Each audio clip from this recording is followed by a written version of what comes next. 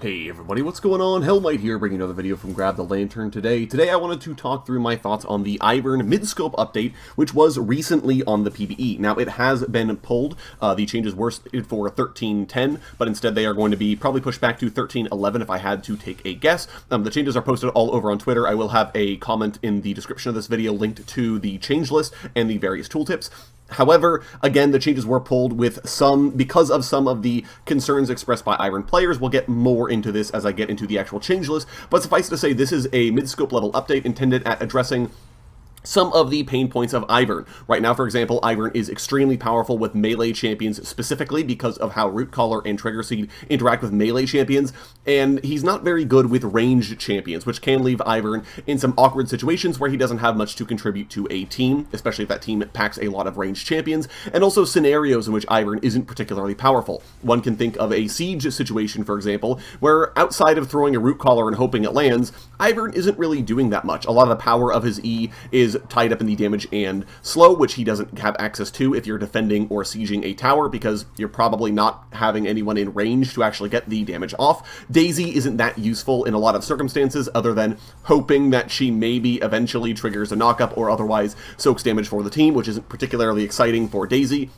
And in general, he lacks some of the outputs that we would expect from an Enchanter level support. This midscope was aimed at providing Ivern with a lot of tools to help him do that, at the cost of some mechanics, but I'll touch on that here in a second. The big changes here were confined to Ivern's W, E, and Ultimate. Ivern's W now grants his allies the passive magic damage on hit when Ivern himself enters bush. Now, it only lasts for a second and a half, but Ivern, if he's still standing in a bush, can continue to grant it to nearby allies, which is quite nice. And if he leaves any brush that he's created with his W, or his team loses line of sight inside the bush, then the bush will automatically despawn.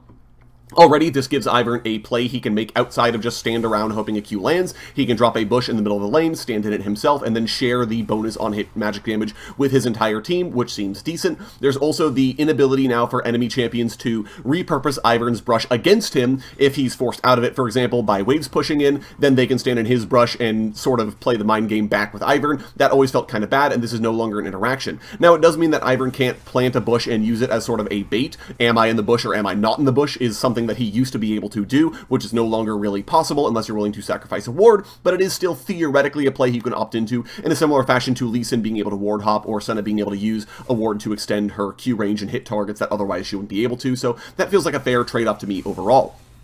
Ivern's E now will refresh the duration if the damage doesn't hit anybody. Now, this is a really nice change, and I think it adds a fun bit of extra play to the ability that otherwise Ivern didn't really have. A lot of Enchanter abilities have some degree of tension to them. For example, Janna E-ing an AD carry that isn't actively taking damage to give them the bonus attack damage, or Lulu E-ing a target in order to give them the on-hit magic damage, even if they're not taking any active damage at the time. And Ivern's E was sort of missing that. For the most part, unless you were E-ing a target that was right next to an enemy champion, you weren't getting as much value from the ability as you could have otherwise. This change allows Ivern to have a little bit of extra play to this ability. Do I want to get in range of the enemy champion for the damage and slow, or do I want to try and avoid them being in the area of effect so I get the refresher on the shield? It also then makes the shield more useful in contexts like I was talking about before during sieges, where you can plant the seed on an ally and the shield is going to last a significantly longer time because unless enemy champions are right up in their grill, they're going to keep the shield for a lot longer and because the explosion won't hit anybody. Again, a very nice usability change that isn't really coming at the cost of any power out of Ivern's kit. Finally, Daisy has gotten a very nice quality of life change where she now has an impact, damage, and area of effect. Basically, you have an area of effect where you summon Daisy similar to Tibbers, and when Daisy plummets from the sky and lands in that zone, she'll damage and knock up enemies in the AoE. This, I think, is a very powerful utility tool for Ivern now, especially because Root Collar, if you stun an enemy with Root Collar and press R, Daisy will automatically target the enemy that's rooted with the ability. This then means that Ivern has a pretty potent play he can make. He can root you with Q, immediately cast R, Daisy falls from the sky and knocks you up and damages you, probably gets in an auto attack while you're CC'd, then you can drop the E onto Daisy as well for the damage and slow, preventing them from getting away from Daisy before ideally she's able to get off the third auto attack for another knockup. There's a lot of disruption that theoretically this is now possible. Now, for those of you who are worried, it's not as instantaneous as Annie's ultimate is, so you don't have to worry about Ivern just being a better Annie in some contexts. It's a much slower moving ability. You can see Daisy coming from a mile away, but then obviously it's a knockup which can't be cleansed, so there is some degree of, trade-offs between those two abilities, but generally I think it's a much better ability for Ivern overall, and it means that just the act of pressing R can give you value off the cuff without you then having to manipulate Daisy and actually do things from there. Now, these changes have come at the cost of one of the mechanics in Ivern's kit, which was the buff sharing. Ivern no longer, at least the tooltips that we saw on Twitter, no longer had Ivern being able to donate buffs to his allies after he took them. Now, there are two things I want to highlight. First, these changes were pulled from the PBE. The developer specifically called out that he was trying to go back to the drawing board to look at buff sharing for allies as a potential thing to reintroduce to Ivern's kit. This will likely, if it is reintroduced to Ivern's kit, manifest as nerfs to Ivern's numbers generally across the board, meaning that Ivern won't shield for as much, he won't do as much damage, Daisy might lose some stats, but otherwise he'll be able to share buffs again, which is a very powerful mechanic. Alternatively, it may not come back at all, forcing Ivern to choose between giving the buff to a friend or keeping the buff for himself, and that's sort of the trade-off for him having a lot more power in his kit innately. Now, I do think that there is another consideration to make here, specifically that Riot have been looking into ways to allow for buffs to be shared from jungler to mid laner. A lot of times the jungler wants to give blue buff to their mid laner, but oftentimes doesn't want to do it because that's golden experience that they're otherwise missing out on. Imagine, for example, the best play for you to make as a mid laner was to give over like every 5th wave to your jungler. That kind of feels bad, but that's sort of what the jungler is opting into now in the current metagame. Now, Riot are working on a solution towards this, and I wonder if the reason they did away with the buff sharing was specifically because they're trying to find a way for this to be addressed. We don't really have any context yet, but that's my honest assumption about what's actually going on with these changes, rather than Riot are like specifically trying to remove Ivern's ability to buff share because it's too strong or adds too much power to the kit inherent to everything else that they've already added.